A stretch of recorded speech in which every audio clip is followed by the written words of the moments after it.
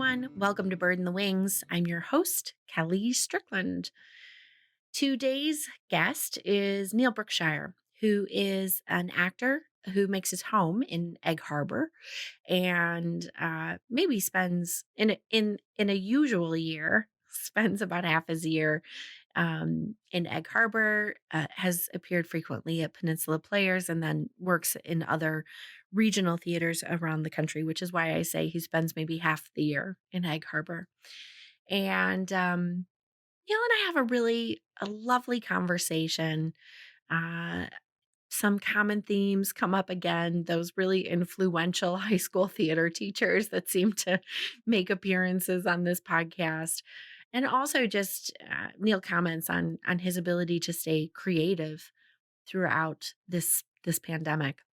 We referenced several times a project that Neil has worked on here at the Weidner Center. And I wanted to share just a few details about that so that you knew what the heck we were talking about.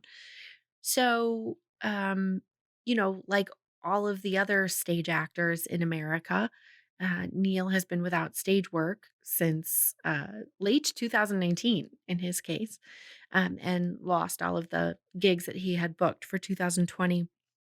And we received a grant from the Wisconsin Arts Board here. And I thought an interesting way to use it, since we wouldn't apply it to an artist fee that was performing at the Widener Center like we usually would.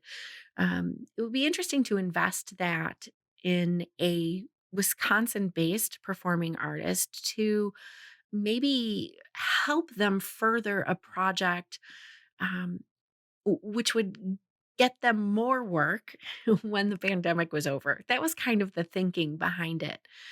I was having those thoughts when Neil shared a link for an audio reading he did of a play that he had been working on called Bent Compass. And Bent Compass it's a solo performance based on the actual accounts of a medic in Iraq by the name of Colin Sessick. And Neil uses Colin's actual words, so it's pretty gritty. There's a lot of strong language. You should be warned if you follow my directions to seek this out. Um, anyway, we chose to kind of approach this like an investment in the development of the piece, and it's all on video, and we talk a little bit about that, and we're using it to have some conversations on our campus and with the regional veterans community about the kinds of things that sometimes can make reimmersion into civilian life um, a little trickier for veterans. So that's what this project is that we reference. And if you want to learn more about that, you can at widenercenter.com. So here it is. This is my conversation with Neil Brookshire. So let us begin in earnest, shall we? We shall. I don't know that I actually know how you came to theater. When did that happen? Were you a theater kid? Well, define kid. I mean, junior high, high school. High school, yeah. High Yeah. school. It was at the end of the very beginning, I should say, of my sophomore year in high school. I was a gymnast as a kid, and that was what I did. So, yeah, that was my life for 9 years. And then I quit. I just didn't want to do it anymore. I think I was 15. So I quit in the spring, and then so I had all summer long, and then I was back in school, of course, in the fall, and I took a drama class, and because I thought it would be fun, it was one of the electives, Mhm. and I liked the class, and I do remember the there were auditions for The Hobbit. That was the first play, yeah, and I had not read the books or anything like that at that age, but I missed the auditions. I remember thinking, oh, that would be fun. I could go audition for The Hobbit. I missed the auditions. I'm not exactly sure why, but I remember being really disappointed that I missed them. And then maybe a week, maybe two at the most, my drama teacher approached me and said, someone had to drop out of The Hobbit. Are you interested? So I got the marquee topper, Owen, one of the dwarves. Yeah, or Oh, elves. a an elf, No, he was an a elf, hobbit. not a hobbit. He was a hobbit. No, see, this tells you how well I know this story. He was, I hope there are any hardcore Tolkien fans listening because I know, one, they would really know the answer to this, and two, they would be mightily put off, like right from the jump here. well, I know, but I had 3 lines and two of them were the same. Well, actually, I had 5 lines and 2 of them, but it was just repetition. It was like, more cheeses, please. That was one of my lines. Okay. So I liked cheese. And then that was a character thing that I really, really dug into. And then the other one was, at your service, Bilbo Baggins, and all this kind of stuff. So, Oh yeah, just that line read right there, I could tell that you really knocked it out of the park.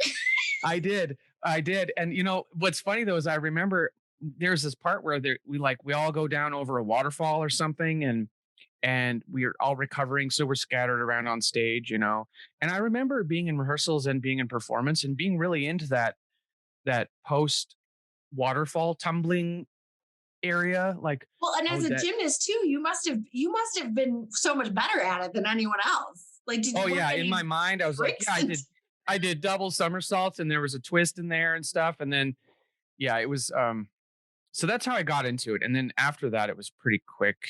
My next play was The Lion in Winter, and I played Mm, John.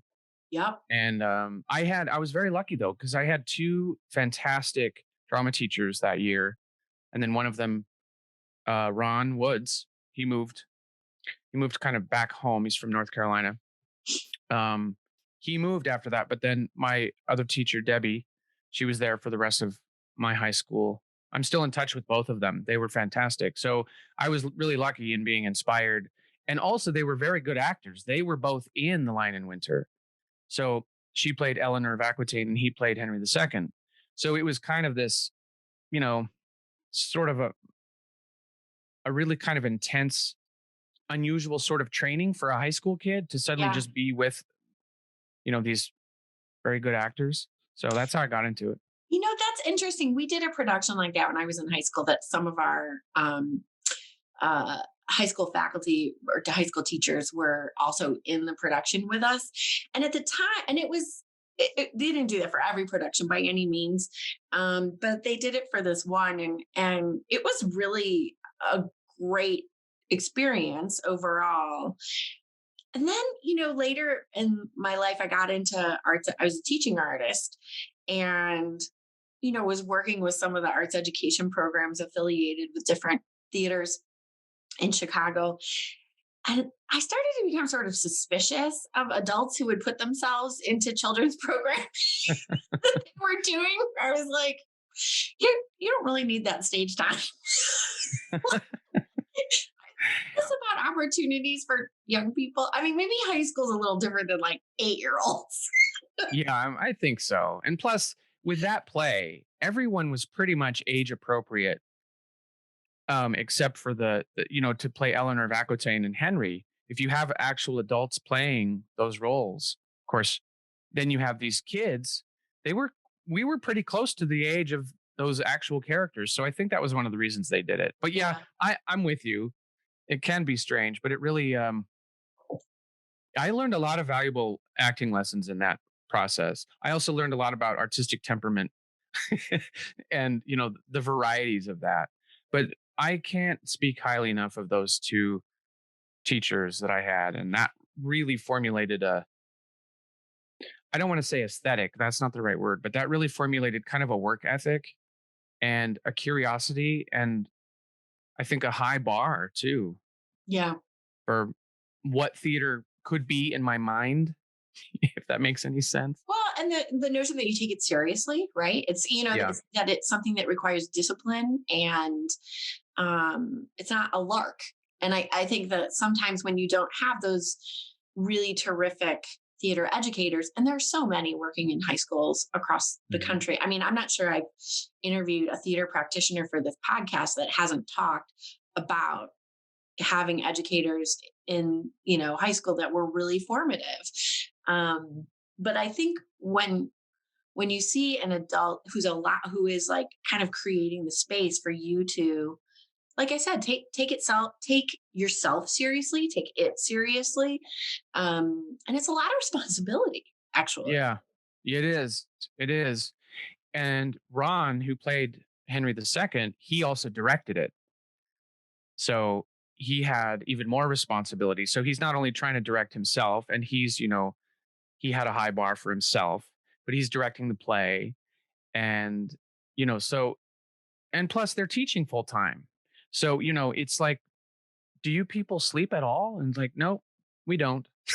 That was an early lesson too. You really get, especially with you get into education in any form. It's like teachers don't rest. I mean, No, they they don't do have a not. day off. They don't have that stuff Hey, can you necessarily. go back to something you mentioned that I'm sort of curious about what your take on this? You mentioned that you learned a lot about artistic temperament. What is that? What do you mean by that? I mean, mostly from well, both Ron and Debbie. Like I said, Ron was directing. So I remember and this was post play, post closing. I mean, closing. We opened on a Thursday, we closed on a Saturday. So of the same week. So, it was The the next long week. run. Yeah, exactly. You were really phoning it in by the end. Oh yeah. I mean, it was like that thrill of opening and then just boredom on Friday. Absolute boredom the next day. Like, oh my I'm so God, over how many this. times do I have to do this thing? Um, but so we videoed all of these plays, and we got the video back. So I don't know, it was a month later, something like that. And Ron had watched the video and he was curious about, like I said, he had a high bar for his own acting and also just theater in general.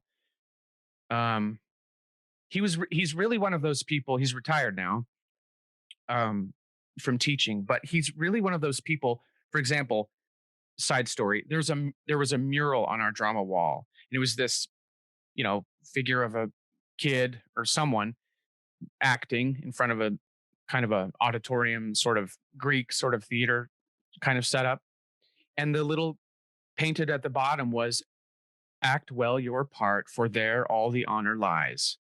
And that was the foundation for both of them, for their teaching and everything else. And, I wish everyone had that. I wish that I always had that because you can sometimes forget. But we get the video back and he's watching, um, I guess, one night. And the next day he comes in and he goes, "Well, now I know what was wrong. It was bugging me the whole time." I'm like, "What are you talking about, Mr. Woods?" And he said, "Well, I looked like I was 90 years old. I mean, this is Henry II. He's in his prime, and I'm hobbling around with arthritis and all that stuff. That's why it didn't work." What didn't work? My acting. None of it worked. I was like, I think it was fine. He's like, no, no, no. It's been bugging me for weeks. That's kind of what I mean. I mean, he was really still in it, even though it was done and gone and over with. He was still learning from it. And he said, I wish someone would have told me that. And I remember thinking something like, well, you were the You director. were the What are we going to director. tell you? Whose idea was that? Maybe we had a fundamental problem from jump. Yeah. Yeah. I mean, what am I, the 15-year-old? Mr. Woods, I think you're playing your character too old because this is my second play. And from what I've seen of theater, the I other don't know if plays, you saw me recover from the waterfall spill, but I'm pretty good. And in terms of so being in your body, yeah, exactly. does that sense of it, of still being in it, still learning from it, still expending kind of focus energy on it, do you have that experience for yourself? Oh, yeah. Yeah. It's an active thing to forget sometimes, or not even to forget, but to change kind of the lens to go because it can come out as regret or frustration. Oh, I wish I had known that a week ago. But really what you need to look at is, okay, that play is closed, but I'm still learning from it. I mean, is there anything I can take with me? Mhm. And I mean, 9 times out of 10, the answer is yes. Sometimes things are very, I think, unique. The things that you learn from a production. Sometimes, like, well, I really did wish I had known that a month ago because I don't know that I can ever apply what I needed to something else, but you never know. But I think it's just a change of mindset, and which is along the lines of, the artistic temperament. I mean, what kind of artist are you? A long-term kind of artist, like this whole thing, your whole life, or however long you do it. That's an exploration, as opposed to, we had a hit last week. Let's make another hit. Well, it's as opposed to those kinds of things. It's like, well, I've learned something from all of these, the hits and the misses and all of that stuff. And I think sometimes that's been a hard thing to remember because of, well, I mean, our society we kind of amp up the hits and the celebrity and stuff like that. And I don't think that I think some of that's natural actually. People get really excited about a really great play or a production or a movie or a piece of music or whatever. They get really excited about it. And that's great. It hits a chord with people, communicates with people. But you can't manufacture that. That's something that happens. So to keep your eye on the fact that no, the thing is to be in the place of openness as much as you can and keep creating and exploring. You might have another thing like that. You might not. That does not. That's not the measure of the quality of your stuff from that point forward. So all of those kinds of things I started. They were all there in those years in high school. And and one other thing I wanted to say about the artistic temperament was Debbie being she was playing Eleanor of Aquitaine. And I remember I was in this scene and we were in rehearsal. Everyone was off book, so we were close to opening. We were in that kind of thing. So no one was carrying scripts or any of that. And she stopped rehearsal and she said, "Can I try something?" And Ron said, "Well, of course, of course." And it was this intense scene between the two of them, but I was on stage. And she tried something. She thought for a second, and then she tried something different. And I mean, since then I've learned, okay, I don't know, she was changing her objective, whatever she was doing, but it was remarkably different and engaging. And it was like, wow, this is a job. This is a craft for you. And something wasn't working for you. And you have the tools and the awareness and whatever to change, to explore something and see if that worked. And it was just really fascinating to see that rather than just this by rote kind of thing. I think it's so interesting, one, that you really remember that vividly from being a high school student. I think that's actually, I mean, I think a lot of actors learn it at the college level. Like you start to have an opportunity to learn that. But that was pretty astute of you for it being your second play, and it still being with you as such a kind of transformative moment. Yeah, it really was for some reason. And I thought the world of, I still do. I thought the world of Debbie and Ron. Like I said, I'm in touch with both of them. I mean, went to school in Albuquerque and she lives there. And, when I'm in town and we can do it, we'll get together and go out for coffee, whatever, and just kind of catch up and whatever. So, I think the world of both of them as teachers, but also as of people. Yeah. But yeah, in some ways too, they spoiled me because they had such I would say, a relatively pure approach to theater. They just loved the art form. They loved the art form of acting in the theater. And, you know, And so you were cynical by the time you were 19 because yeah, because I realized, well, yeah, I was very cynical. I've rounded back down to not being so cynical, maybe. I don't know. No, I wasn't really cynical, but it was really they did set a high bar, just for, we want to do this art form. She had spent time in LA and New York, and she just said, that wasn't for me. The business intense business stuff. She said that wasn't for me. I didn't want to do that. Yeah. Well, it's enough to ruin it. It is. It's a challenge. It has been, I can, I'm probably actually a little bit older than she was at the time that she told me that. I can say with authority, I completely understand what she was talking about. Yeah. It's hard. It's hard Uh-huh. to maintain the reason you began doing it in the first place in the face of trying to make a living at Yes. it. Yes. Yeah. That's, I, I, ha- I really want to go. I'm sorry to harp on this, Neil, but I'm really fascinated by it. First of all, because your answer to my question about artistic temperament is not at all what I expected you to say. And so I'm surprised, and that made me more curious. But also, you reference something that I think is so important for all creatives who are making things, which is that, of course people want their work to be well received. Of course people want um enthusiasm and enthusiastic response to what they've done. But there's absolutely no formula for it other than to be entirely original and entirely truthful. Which is, and I think people's, what you were referencing in terms of like, you got to show up open every day, but in the back of your mind you're like, but there's this thing that's really popular, and you can feel sort of attracted to like, to the pull of it, the pull of doing the thing that you feel like is going, that you anticipate what the reaction is going to be, instead of the authentic, open reaction. It's a gosh, it's As I'm thinking about all of this, I'm thinking about how mentally tiring. Yeah. I mean, really and truly, just how mentally tiring it is to act, um, and to show up for the duration of a rehearsal or the duration of a performance with that mentality.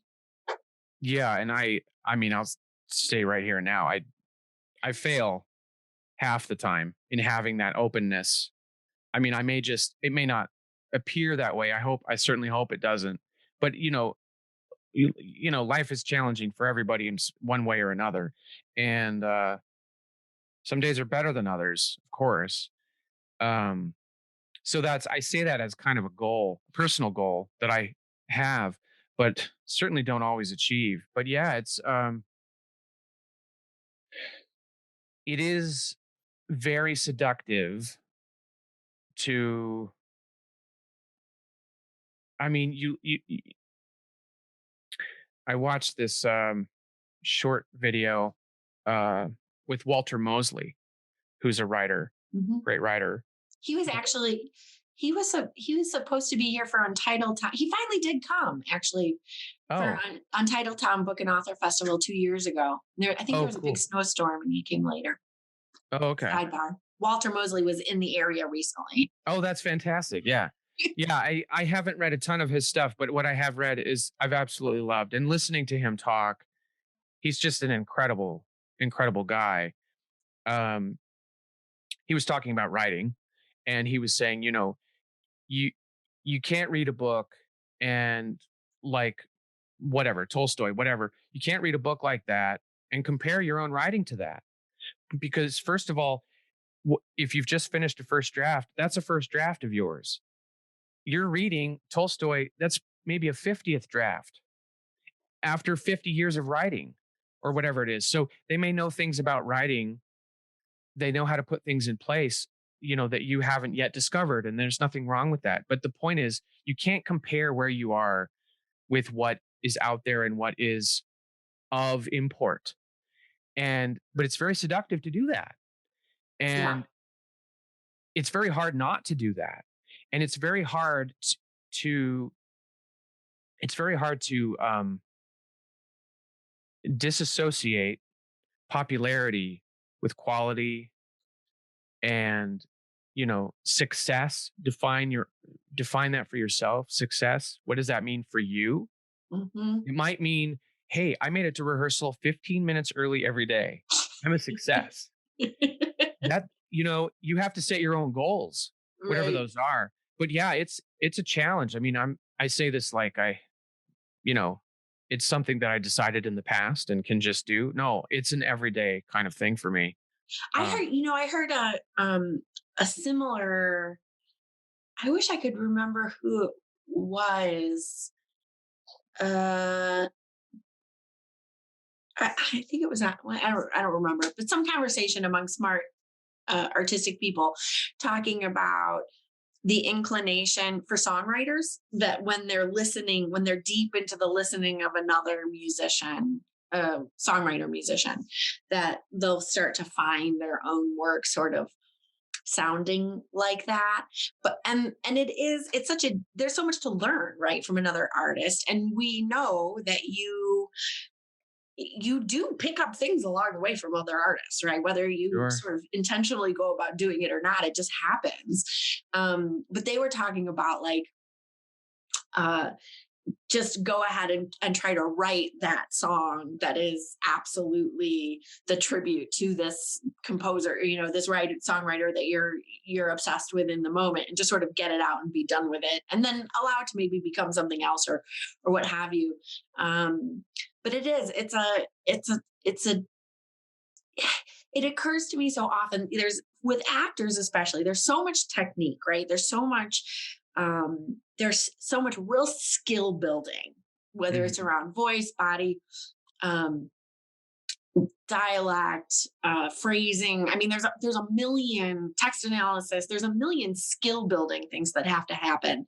Mhm. But this kind of thing that you're talking about, that showing up, and the openness to everything that is happening around you, and allowing it to affect the performance that you've prepared, right? The one that you've rehearsed. That to me is the thing that like is, because that is when the audience, whether they know it or not, like that is when they're feeling electricity, right? When the actor, Mhm. when that's really and truly what's happening up there. um and that, yeah, that's but to your point, if you achieve it 50% of the time, the other 50% of the time is still a really can still be a really terrific, engaging performance, because you have all those skills, Sure. Yeah, there's right? always that. I think so. That's one of the other things that's very strange about acting, or for me, is that and actually I learned this kind of it was really hit home very recently in recording Bent Compass. Was I was watching a take of it, and during that take I got to a certain place, and I said, okay, I'm just going to start over.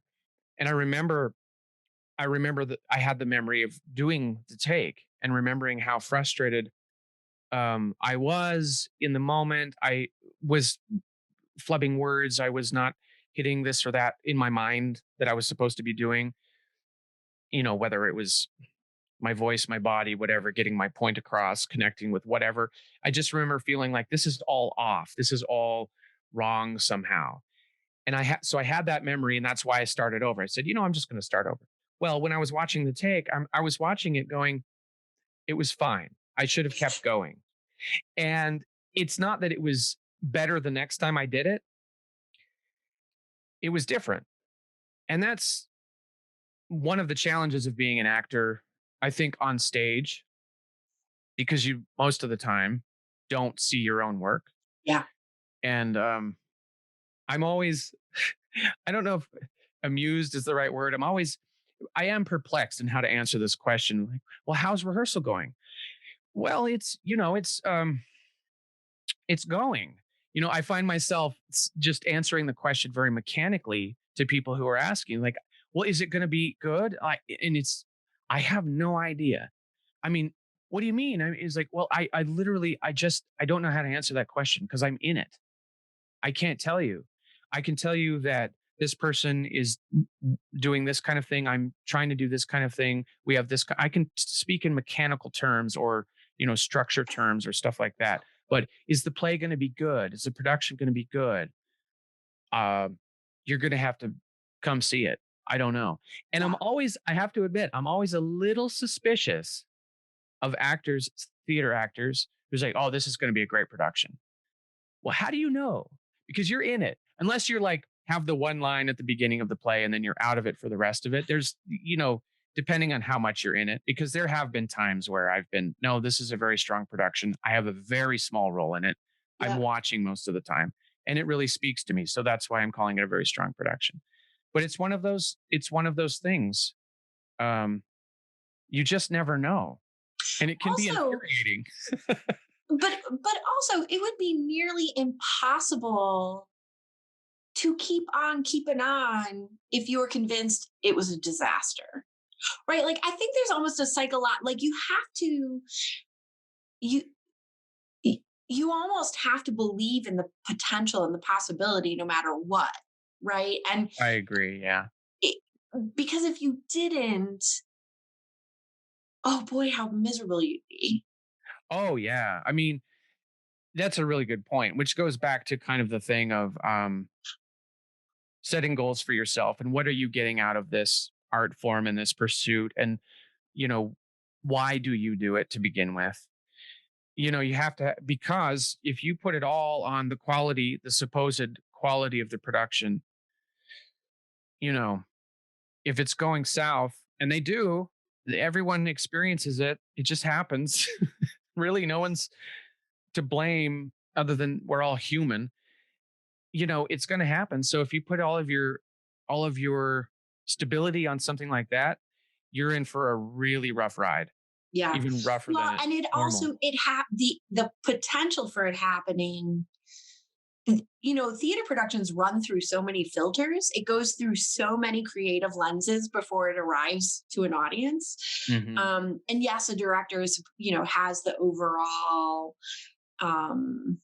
guiding hand, but it's like there are all these design processes going on. The actors show up and they put on all these clothes, and it's not like in general productions have such budgets that if something has gone real left that you can throw it all out and start over again.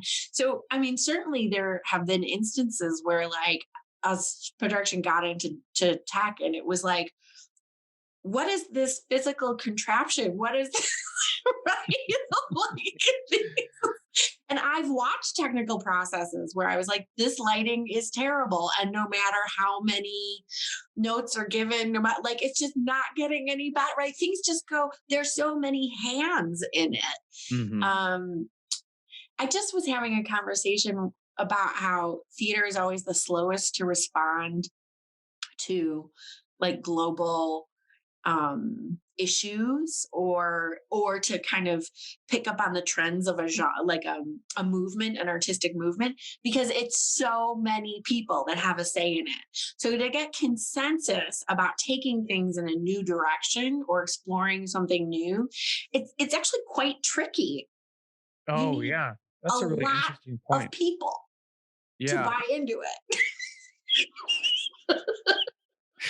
Yeah. Whereas a painter is like painter lady with her medium and she's That's right. dictating it. Yeah. Yeah. It's definitely a collaborative thing. So you have to have the vehicle pointed and everyone's got to get on board in some fashion. Yeah, so it's a collaborative thing except when it's not during a global pandemic. Right.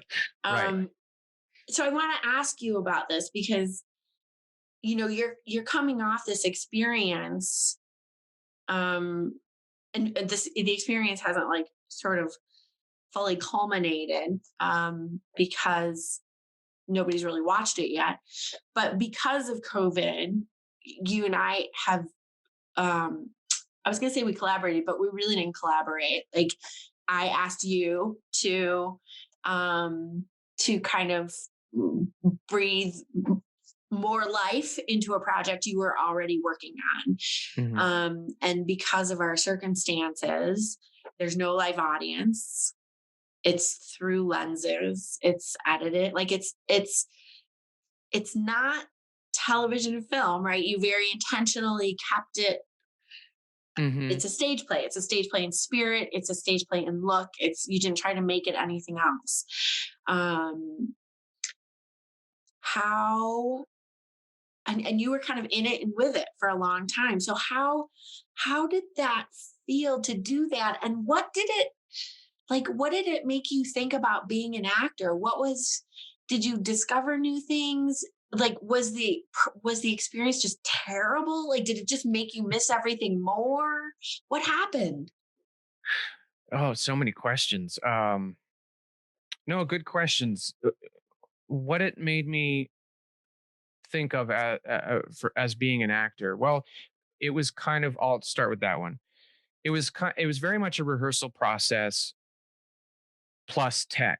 So I felt like it was a rehearsal process in large part because I was rehearsing, but at the same time we were solving problems, knowing that there wasn't an opening, but there was an ending. There wasn't an opening performance, and then you start to take the performance or the play or whatever to the new place that it goes with an audience, and you start to have that unspoken dialogue with an audience, and how they react to it, and etc. So I knew that that wasn't going to happen, but I was still very much involved in the rehearsal process, kind of as normal, kind of as normal. You know, show up at this time, let's do this. The main difference was that I was, I was, I was collaborating with Kelli and with Kit in terms of we were problem solving together, tech problems. So we were both sort of director, cinematographer, recorder, sound, lighting designer, set designer, very lightly all of those things, but we were solving those problems. And it was a strange kind of experience knowing that I had that the final product for this round was going to be a video, a digital video. And when I was editing, and I did very light editing, it was mostly switching camera angles, but there are a couple of bits from different takes that are in there, a couple of sections. But when I was looking at that, there were things that I wasn't happy about. I was the Ron Woods, like, oh, I wish somebody would have told me I sounded like that or looked like that when I was saying those words. And then a part of me was realizing slowly, okay, well, this is one version of it. I have to look at this like a performance, even though it's slightly edited and there's credits and stuff and it's not live. I have to look at it as one performance. This is not the thing that I'm submitting to, it's not a movie. It's not going to Right. cinemas and it's not going to be on videotape and whatever. Right. It's not that thing. It is a live theater piece that we captured because of COVID. We captured on camera, for a number of reasons. Yeah. So it And was very we reassuring in one way and very disconcerting in that other way. And then flipping back and forth. because of the permanency of Yeah. video? Yeah. Yeah, a little bit because, I can't tell you how many times that the stage manager says for oh, tonight's archival video night. Well, that's the night that the dresser falls over, the buttons pop off. You flub the one line that you've never flubbed before, and you don't get a laugh on the line that you've always gotten a laugh on. That's the night that everything goes wrong. And this was like that every day. So after a while, I said, okay, let's just do it again. So we did it twice a day. Um, and we Well, were I mean, problem solving. philosophically, Neil, I think, when we talked about doing this, I think our aim, I mean, I can speak from the Weidner Center's perspective. And this is interesting because I've never had a guest on the podcast where we were actually talking about Weidner Center work. I always sort of keep Oh, it like, but this process, I think, just speaks to what a weird freaking time it is in the performing arts world. But oh for yeah, but for us, it's like, we get these dollars from the Wisconsin Arts Board. Thank you, Wisconsin Arts Board. And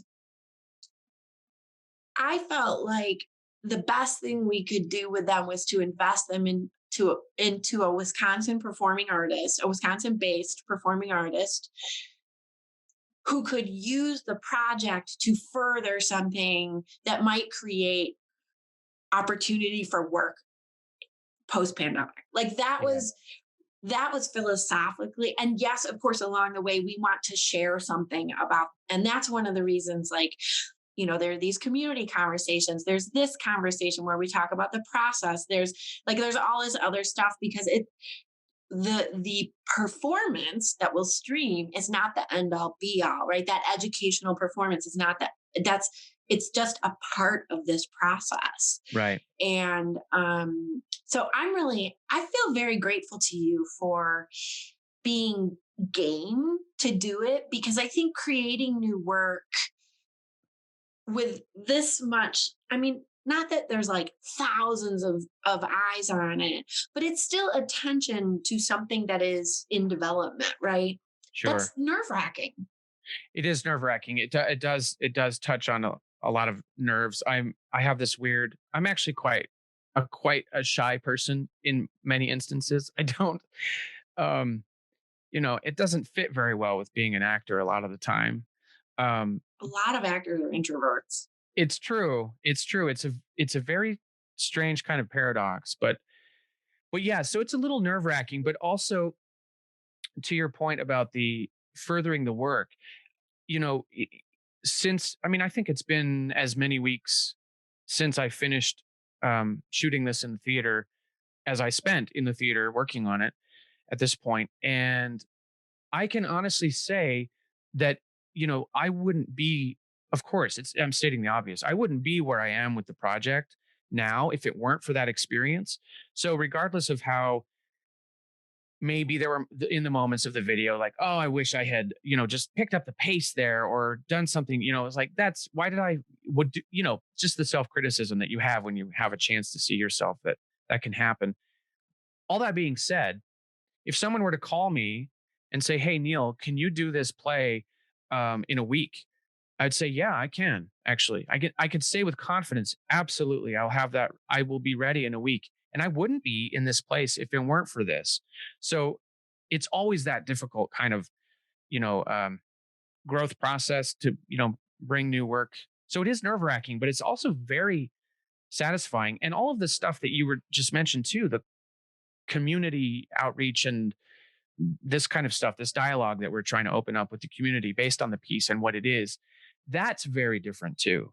That's a very different experience than I would say 90% of the work I do. And it's neither good nor bad that it's like that, but it's just very different. There's not as much to talk about. Well, I should be careful what I say. I mean, you could have a really good discussion about any play potentially, but I just have this quick story about this realizing what a talk back could be. I was actually working on sound for a play, a production of Death and the Maiden, and Mhm. this was in Boise, and it was with a um, company of fools, and they were doing it. They're based in Haley, but anyway, they were in Boise for this production. The director had brought in, if you know anything about the play, there's a hostage situation. It's in South America. I won't get too much into it, but there's a movie. I think it's a good movie. Um, but it's a hostage situation and it's political. It's a politically motivated Mhm. um, story. Well, the director brought Isn't it in, like Ben Kingsley? Isn't he in the movie? I believe he is Ben Kingsley, directed by Roman Polanski. I forget who else is in it, but I mean, it's an intense Yeah. story.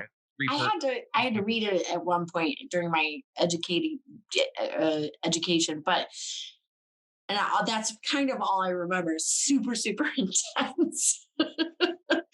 yeah, it's not a comedy by any means. I mean, Yeah. people are tied up. There's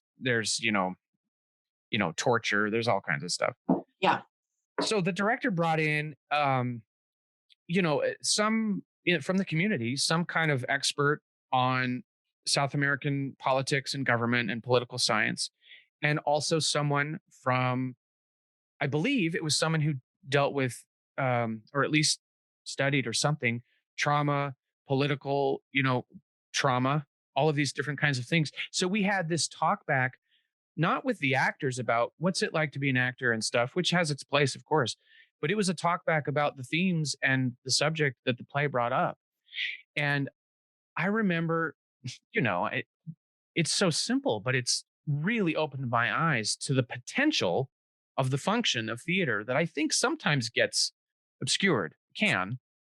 You know, I'm not saying that's bad either. And sometimes it's you just want to go to a play and escape and have a good laugh and then go Yeah. out to dinner. That's great. But it was a really interesting thing for me to realize that. And this is along the lines of that more so than anything I've done, I think, since then. Yeah. So that's exciting too. That's a huge um what's the word? I mean, it buoys you up. It really makes me feel good about the whole project in general. And I can overlook some of those nitpicky things that I have that I would change or whatever. Yeah. Yeah. When is the last time you were on a stage with a live audience? Oh, it was well, funny enough, it was with Company of Fools. It was in December of 2019. Jesus, I know. It was Louises. we did uh Lauren Gunderson and I'm forgetting the other playwright's name, which is terrible. Uh but anyway, it was Christmas at Pemberley. It was a Yeah. lovely, beautiful, Oh, yeah. That's like the Pride and Prejudice Christmas thing. Yeah. basically, yeah. Yeah, it's the however many years later. And yeah, it's a great play. I mean, it's fun, it's funny, it's Yeah. moving. Yeah, so that was the last time. So okay, so we closed down on March 12th. And you were getting ready. You usually do summer work. Right. Um uh do you remember, like, I'm so interested in different people's experience in the performing arts with this, because we all sort of there was just like this. For many people, it was March 12th. Like, March 12th is a very big day for a lot of people Mhm. because a lot of the stay-at-home orders went into effect. And I know we literally had to walk out on stage with hundreds of stagehands walking around for a sold-out concert that night and be like, everyone go home. And people just looking at us like, what? Yeah. Yeah, go Yeah. home. I go home. So do you remember, like, at what point you were going, I think there aren't any plays this summer. Like, what? Yeah, that's it. So I had been hired by Utah Shakespeare to be in their summer season. I was going to be in their 3 outdoor plays, in their outdoor space. So for a couple of months, um, as things were shifting and no one really knew what was going on, but we were in, and Cassie was too. And so we were both going to go. We were super excited about it. Then, of course, things shut down. Then it's okay, we're going to do a truncated season because that was before people were just, that was when things were just closed until May. Oh, and then Right. things are going to be closed till June. And, it kept getting postponed. So it wasn't until May 11th, which weirdly, well, maybe not weirdly, the day that I was supposed to, if there was no pandemic, the day that we were supposed to start rehearsal in Utah was the day we found out, yeah, nothing's happening. So I had a little bit of a delay. I was very quiet because I didn't want to say, hey, I still have a job, in part because I didn't know for sure. And also out of sensitivity, how am I this lucky to still have a job? But no, I lost mine too. And, joined the ranks. But yeah, it was May 11th. It's funny. I wonder, of course, there just had not been enough research done then, but I wonder now, knowing as much as we do, about how it's transmitted, if more of the outdoor companies might have given it a go. You know what I mean? Like, created a pod with the artist, like all these things that we sort of know are possibilities now. Mhm. And of course, it all just comes down to whether or not, once you if you can create a pod with your artists, then, and you social distance your audience, and your audience is masked, obviously, but if you're outdoors, you're in pretty good shape, like just with Yeah. those, right? Yeah. Those things, temperatures at the doors, like you're good. It's just a matter of whether you can sell enough tickets to make it financially viable. That's what it all comes down to. Yeah. And I'm curious to see what some of the outdoor companies are going to attempt to do this summer I am too. I think, or not. I mean, or not. Right. there's I'm oversimplifying what I'm saying, right? There's a lot of logistics that have to be taken into consideration, and all of those logistics cost money. I mean, Yes. that's really the thing is there are all of these precautions, protocols. You would need to be at you have to do pretty small cast shows, right? You couldn't have these big extravaganzas. And then you would really need your actors and your crew to like, you know, cross your heart and swear to God, like you're in this, right? You're in this Yeah. pod. You're not like behave yourselves for the next 3 months, Hmm. which Hmm. is a lot to ask, ask someone. So anyway, I don't know. It's I don't know what I would do if I ran an outdoor venue. I really don't. I think I would be tempted, but I don't know. Not having spent time with financials, I don't know if it's even feasible. Yeah. And you said it. I mean, you could put on the play, but do you lose more money by not having a season at all, or do you lose more money by doing a season and have no one show up? It's one of those things. Well, yeah, and I didn't even mention that. Like, we don't really know what consumer willingness is at this point. Yeah. Like, we just don't know. Um, and for smaller organizations, like you can't be the one who's out there doing the R&D to find out what people's willingness is, Right. right? Right. We found out that people are not willing. And we lost $100,000. Wasn't that a good time? Yeah, it's still very precarious. And right now, I mean, I've found out that one of my friends, he's actually in rehearsal right now.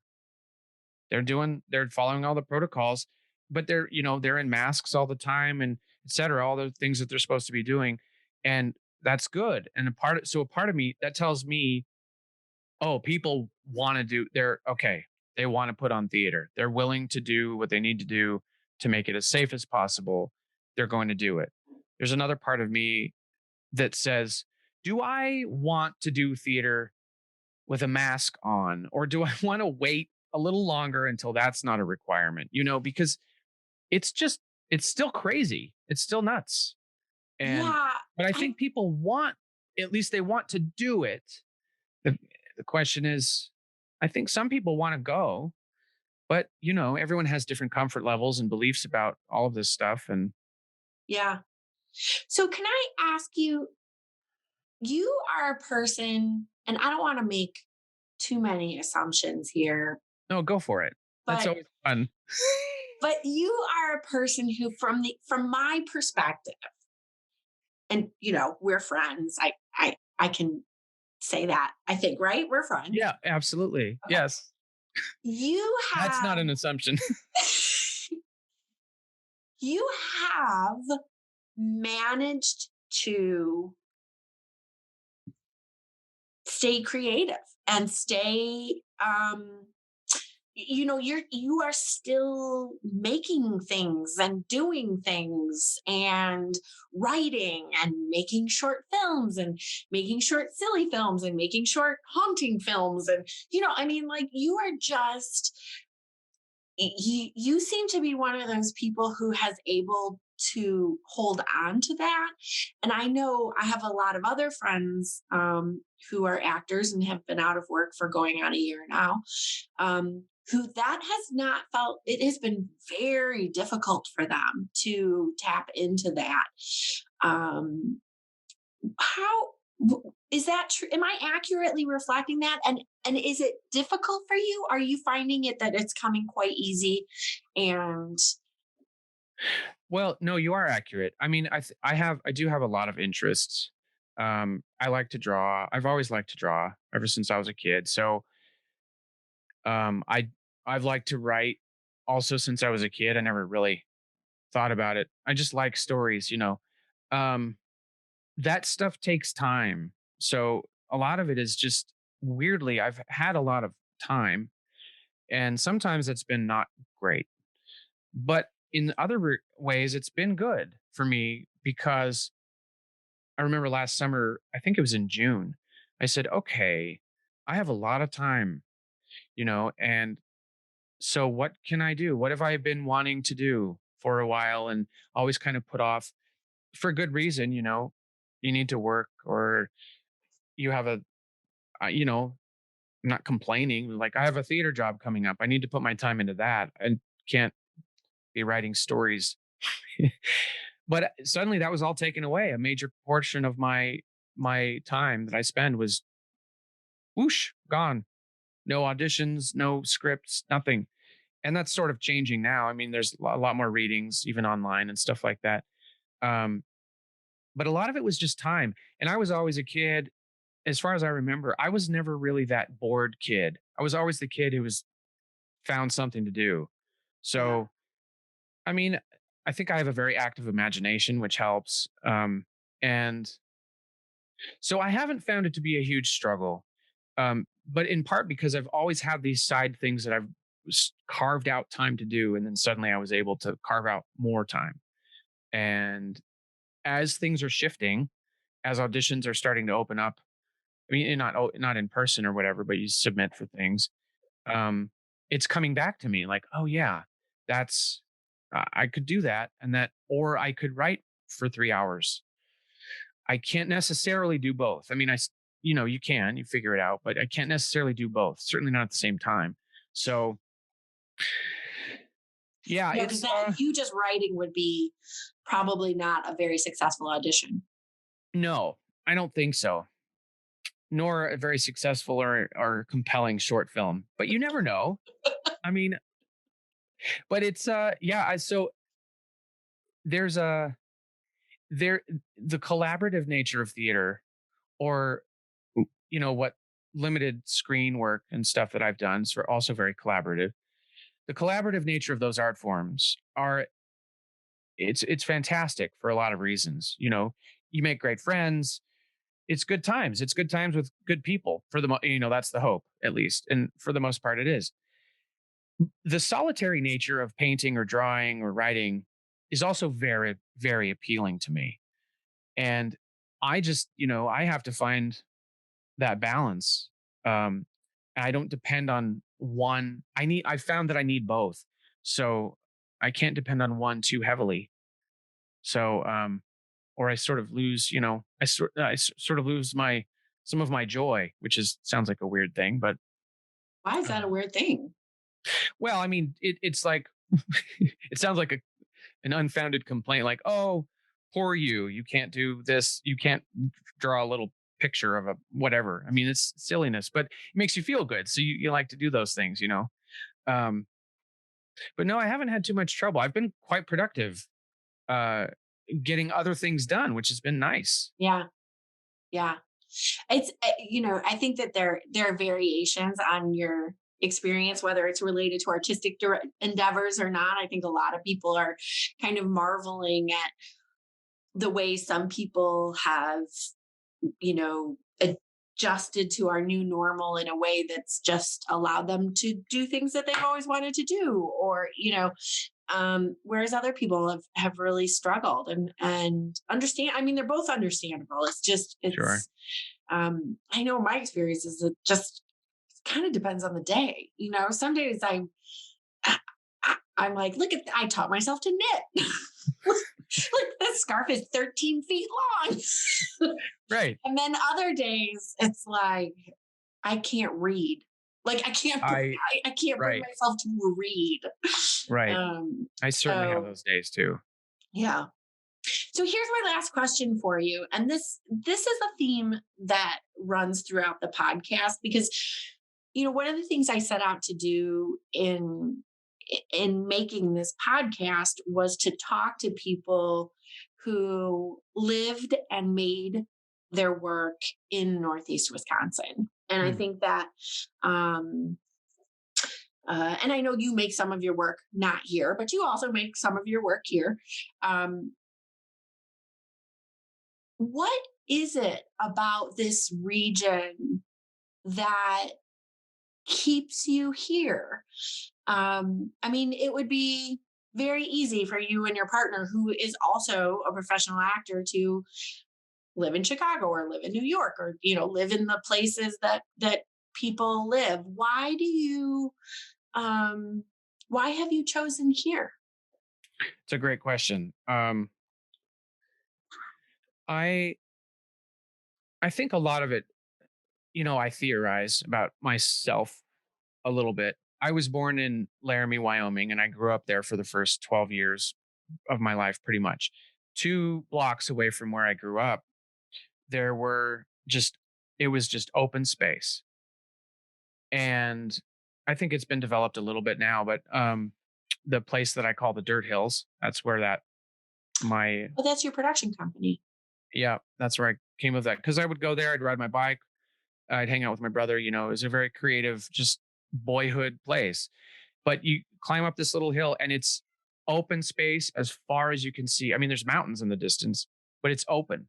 There's maybe a telephone pole or whatever nearby, electric, electric pole along the county road nearby the town. But once you get past that, there's nothing out there that's human, right? So I think that had a bigger impression on me than I gave credit for a long time. Just being able to go 2 blocks from my house and see that big open space, but then you know, then go home to a warm place. And, I I find it very hard to live in cities for too long because I don't, that's, if anything else, that's the one thing I don't have. You don't have space in a city. I mean, I love cities for a lot of reasons. I love cities for all the reasons that that have the things that don't exist in open spaces. But I can't, um, I can't live with that as easily for whatever reason. Um, so, but I need to be near the cities to some degree, and I like to. Um, and up here, there, it's not necessarily open space, but it's forest and it's undeveloped space. There are a lot of pockets of land up here. The Door County Land Trust, the Ridges, Bjorklanden. There are 3 parks within 30 minutes, 3 state parks within 30 minutes of me, where you can basically get lost in them. I mean, that's incredible for for anywhere really, unless you're talking about the West where there's just tons and tons of space. But for the Midwest, that's a lot of undeveloped nature, and that's a huge inspiration for me. So I need that balance, and I enjoy that balance. Um, I mean, after this, I'm going for a walk over at Bjorklanden because there's trails over there that you just tromp around in, and it's just great. So that's very much a thing that I've learned that I really need. So that has a lot to do with it. If I were to leave here, it would be to something similar. It would be, whether it would be east, north, south, west, wherever it would be something with a lot of, open space or natural land. You know, it would be maybe near a city. But yeah, and I tried living in the cities. I thought that's what I wanted after high school and stuff. And I never really settled in a city. So I don't know. Actually, I don't know if I ever really tried because I never really, uh, Albuquerque's fairly big, but not really. It's not really considered a city as compared to Milwaukee or Chicago, or certainly not, New York or something. So yeah, it's been kind of a winding thing, but it has, the short answer is the nature and Yeah. the proximity to, because you can go out west and you can get so far away from everything that you don't have access to anything, the stuff in the cities that you might want. And I don't want that either. Yeah. Not all the time. Sometimes I do. Yeah. It would be very hard. I mean, I think, like, there are those folks who achieve a level of success and demand of their services as actors that they can, literally go off the grid and, um, Bill Murray, supposedly there's a phone where you leave a message and, maybe he returns your call and maybe he doesn't. But I think that you're right. There has to just for what you do, yeah, there has to be some proximity, right? You have to be able to. Right. You can't go completely. Yeah, you can't go completely off the grid. It would be too onerous to get to places that you need to get to. Yeah. Yeah, it would be. And isolation only goes so far, even for an introvert like me.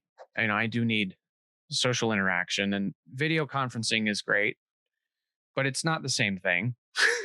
I mean, it's a great tool, but a one-on-one conversation, even if you're 6 feet apart, is it does something to your spirit.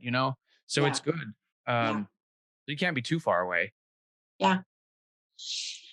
Neil, I want to thank you for your time. Thank you. Thank you for And allowing me to ramble and just letting me ramble in that big open space. yeah, that's what Bird in the Wings is all about. Just rambling. Is the bird the phoenix? Is it the No. oh, You know what? I don't know if I've ever told this story on the podcast from about where the title came from. okay. Maybe this will be it. Maybe we'll I do think it right I here. think maybe Okay. this could be it. Yeah. The story goes that I had a meeting. I had a meeting with some marketing folks. The Kimberly Wiles, who designed the logo for Bird in the Wings. Um, and we were brainstorming names. And at this is the kind of marketing stuff that it's not my forte. I don't know. I don't think I operate like I'm clever very well. You know what I mean? That's just like not my, that's not the, I don't know. I don't have a lot of cleverness cards. Well, I So don't anyway, know, but I get to this meeting and I tell them like, oh, I'm sorry I'm late. There was a bird in the wings. Literally, there was a bird trapped in the wings. Wasn't trapped. I mean, the wings at the Weidner Center are ginormous. So, yeah, there were people on radios like, I see the bird, the bird. was it preparing for a role? And it just flown in through the loading dock or something. Oh, okay. So all Was the looking for a technicians were job. like chasing this bird down and trying to get it out, and it was hilarious. And I shared this with a couple of people at this marketing meeting, and they were like, "That's it. That's the title. That's Bird in the Week." And it's funny because um, I'm not a new uh, relocated northeast Wisconsinite. I've now been here 3.5 years. But like you, I was seeking, as I always say, more sky, more water, more trees. That's my mantra. And I had a kind of contentious relationship with birds I grew up in the city, and really the only birds I had a frequent contact with are pigeons, which are disgusting. City pigeons are disgusting, disgusting creatures. And they're very bold. And they're sort of aggressive and thof just filthy. So I was not a big bird fan. But since I've moved here, birds are, they're like a kind of a big part of the fabric of our environment. Like we've got all these crazy wild turkeys walking around on campus, and we Yeah. have these falcons, these peregrine falcons that make their nest on our library every year, and yeah, and we got birds in the building, and there's stories of like a turkey walking into our grand foyer. I don't know. So I'm starting to thaw to birds. Well, I love how you use the word thaw when it's probably 5 degrees outside. It might be That's a good story. It the is a good fact story. that there was literally a bird in the wings. Well, yeah, that's how it came about, because it's like a little bird told me, like you're having these secret conversations.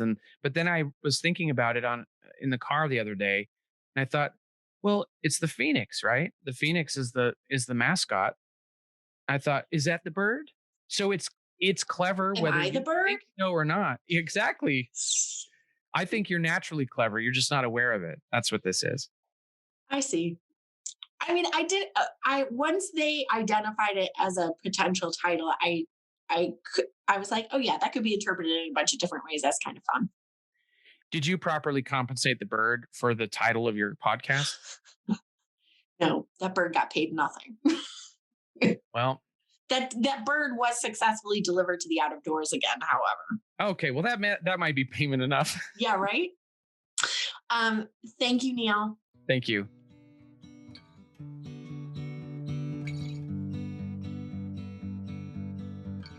So there you have it. That's my conversation with Neil Brookshire. You can learn more about his solo project, Bent Compass, at WeidnerCenter.com. It's going to be streaming on February 24th. Bird in the Wings is a production of Phoenix Studios at the University of Wisconsin Green Bay. Phoenix Studios executive producer is Ryan Martin, and the production manager is Kate Farley. Our audio production coordinator is Bill Salick. The editor for this episode is Troy Williams. Our graphic designer is Kimberly Vlaias. Our music was written and performed by Noah Simon. If you haven't already, please remember to rate, review, and subscribe to our podcast on your favorite podcast platform. You can also head over to our website at uwgb.edu/podcasts, plural, to check out past episodes of this and all of our shows. I'm your host, Kelli Strickland. Thanks for listening.